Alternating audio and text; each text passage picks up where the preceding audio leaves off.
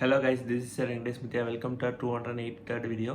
இந்த வீடியோவில் நம்ம என்ன பார்க்க போகிறோம்னா, திருக்குறள் இருக்கிற அதிகாரம் நம்பர் 29 கல்லாமையில் இருக்கிற குறள் நம்பர் 3 பார்க்க போகிறோம். குறள்: களவினால் ஆகிய ஆக்கம் அளவிறந்து ஆவது போல கெடும். இதோட பொருள் என்னென்னா,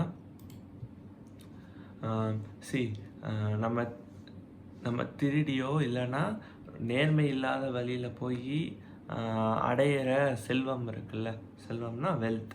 ஸோ அப்படிப்பட்ட செல்வம் ரொம்ப பெரிய லெவலில் அது வளர்ந்துக்கிட்டே இருக்கிற மாதிரி தோணும், ஓகேவா?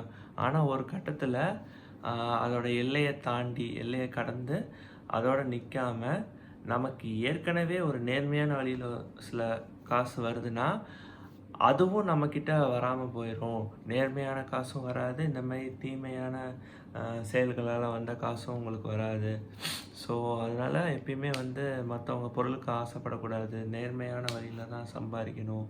குறுக்கு வழியிலையோ இல்லை தீமையான வழியிலையோ சம்பாரித்து ஈட்டிய பொருள் எப்பயுமே ஸ்டேபிளாக இருக்காது, உங்களுக்கு நிலைத்து நிற்காது அப்படின்னு திருவள்ளுவர் சொல்கிறார். நன்றி.